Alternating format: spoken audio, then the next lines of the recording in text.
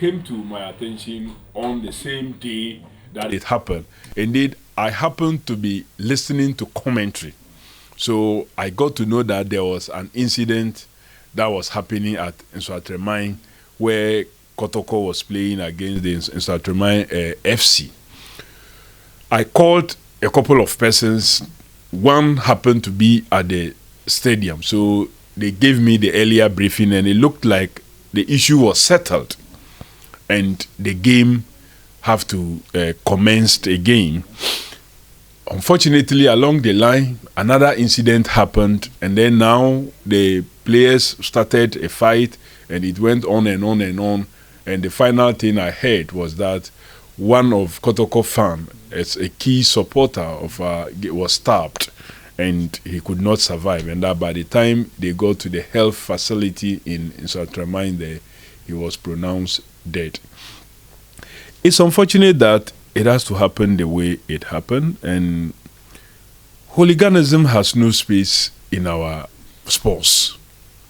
Sports is supposed to present the best of discipline, whether in player or whether in management, and also the fan base, how we need to behave ourselves, especially for Ghana that had witnessed the May 9th disaster about 24 years ago. We should not be having this happen to us. I'm coming in at a time the Ghana Premier League has not had good news in terms of sponsorship. And so our idea is to work and bring in corporate Ghana to support our league and to adapt our Premier League clubs. But no corporate body will want to associate with such things. They will not associate their brand with such things. And so we are creating a difficulty for ourselves. It's quite unfortunate that a life must be lost in the circumstance that it happened. I condole with the bereaved family, the Kumasi Asante Kotoko Sporting Club who lost their fan, and friends and sympathizers of the club. But this is a matter we will go into its logical conclusion. All facets will be investigated. The criminal part to deal with murder, and so the one who committed it, any other person who assisted, abetted in any form, detailed and proper investigations will be done. And this is a matter we're going to follow through, and I will be requesting regular updates on the matter. So far, I'm impressed with the interest the IGP himself have shown in this matter. But then the interest for me is not enough until we get to the end. It's a matter we are not going to leave to just end with statements and initial actions and that. No, we will follow through to the end. And it does not matter who is found culpable. The law will deal with the person to the fullest. It will not go far. Why would they even attempt to pick him up in any way? It's because they intend to go into the matter to speak to all those who have questions to answer as far as the investigations is concerned. That's why they've picked him. If after investigation he is found culpable in one way or the other, the issues will be moved to the courts, and the evidence so gathered will be presented at the court, and it will now be left with the judges to so determine. And we are not going to shield anybody, and that's why I said it doesn't matter your status in society. Anything to do with loss of life is not something that must be protected because the person involved is believed to have a certain status in society. No. The President Mohammed's administration will not condone any such thing. And so we want to bring back the love for our sports. And it has so many implications. It builds up the economy, brings about participation, resolution of conflict. So if we allow matters like this, to hang and not investigated and people not punished appropriately, you cannot get the love back. So it is very important that we'll do this irrespective of who is involved. The club, GHOne FC, has written to the GFA ostensibly to pull out of the Premiership. Does that change anything? Well, it doesn't change anything. Are they pulling out from the Premiership forever? It doesn't take away what happened on Sunday. What happened has already happened. And so they pulling out may only affect, possibly, if they are found guilty, some FA's punishment that they would have given them, that because they have already pulled out. But even then, it doesn't stop the FA from applying other forms of punishment after concluding their investigation if they have found guilty in one way or the other.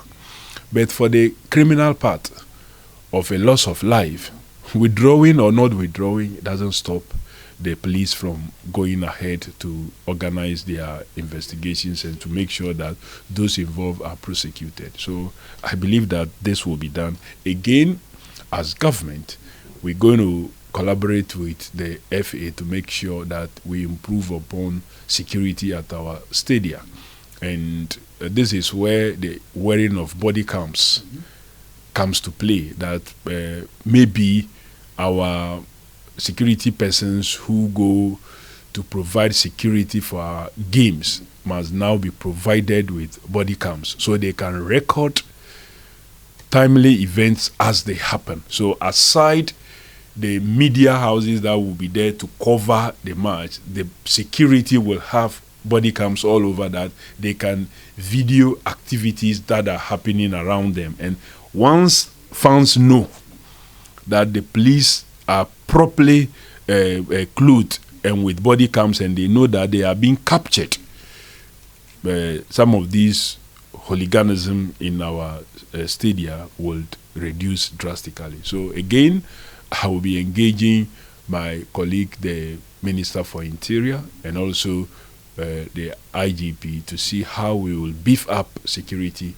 and the gadgets our security persons will use subsequently when we resume the Premier League again. Yeah, that was going to be my very final question as to whether we should expect comprehensive reforms relative to what happened to stem out hooliganism generally. Well, even before this incident, truth be told that security at our stadia has been of concern to this government. So if you read through our manifesto, it's one matter that we raised. And so I didn't know that this was going to happen. It's unfortunate it has happened before me as the sports minister would assume full responsibility. But it is going to even push us further to act even much quicker than we would have done. Police death should not just go waste. We should be able to do something out of this unfortunate death, or I would describe it as even murder, because it was really premeditated. It was not like he was having a scuffle with anybody.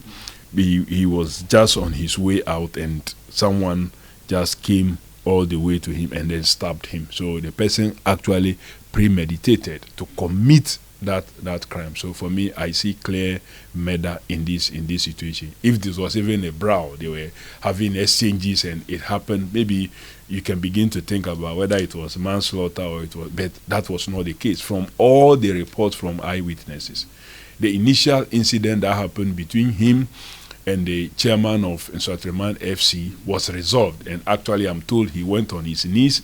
He was told to apologize to the chairman of the GHOne FC, and he did so, meaning that had earlier ended. And for this to happen again is quite unfortunate. The chairman could have handled this better?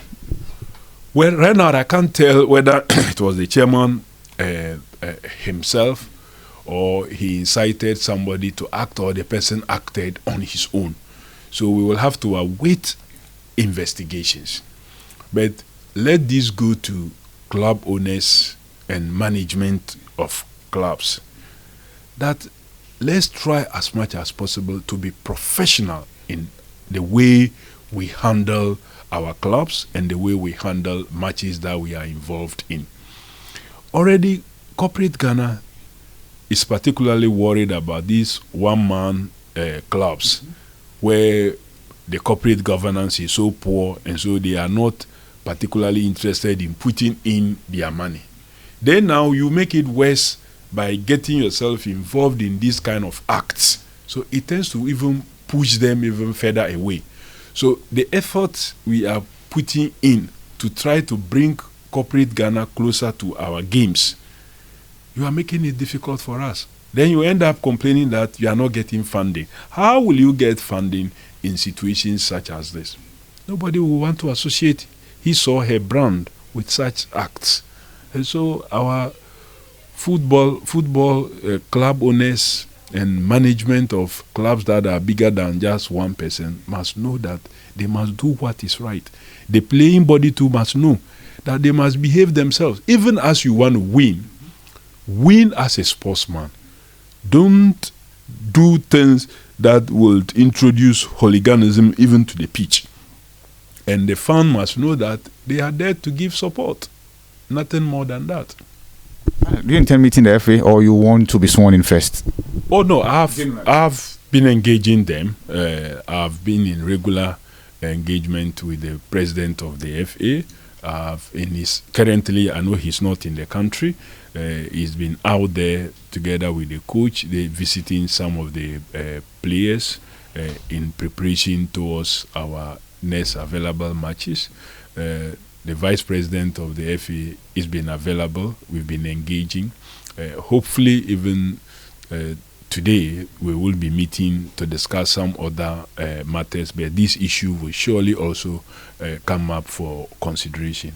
It is a matter of concern to all of us, and it's a matter of concern to government, because we want our sports to be developed to that level, that high level, and we cannot develop our sports with these kind of behaviors.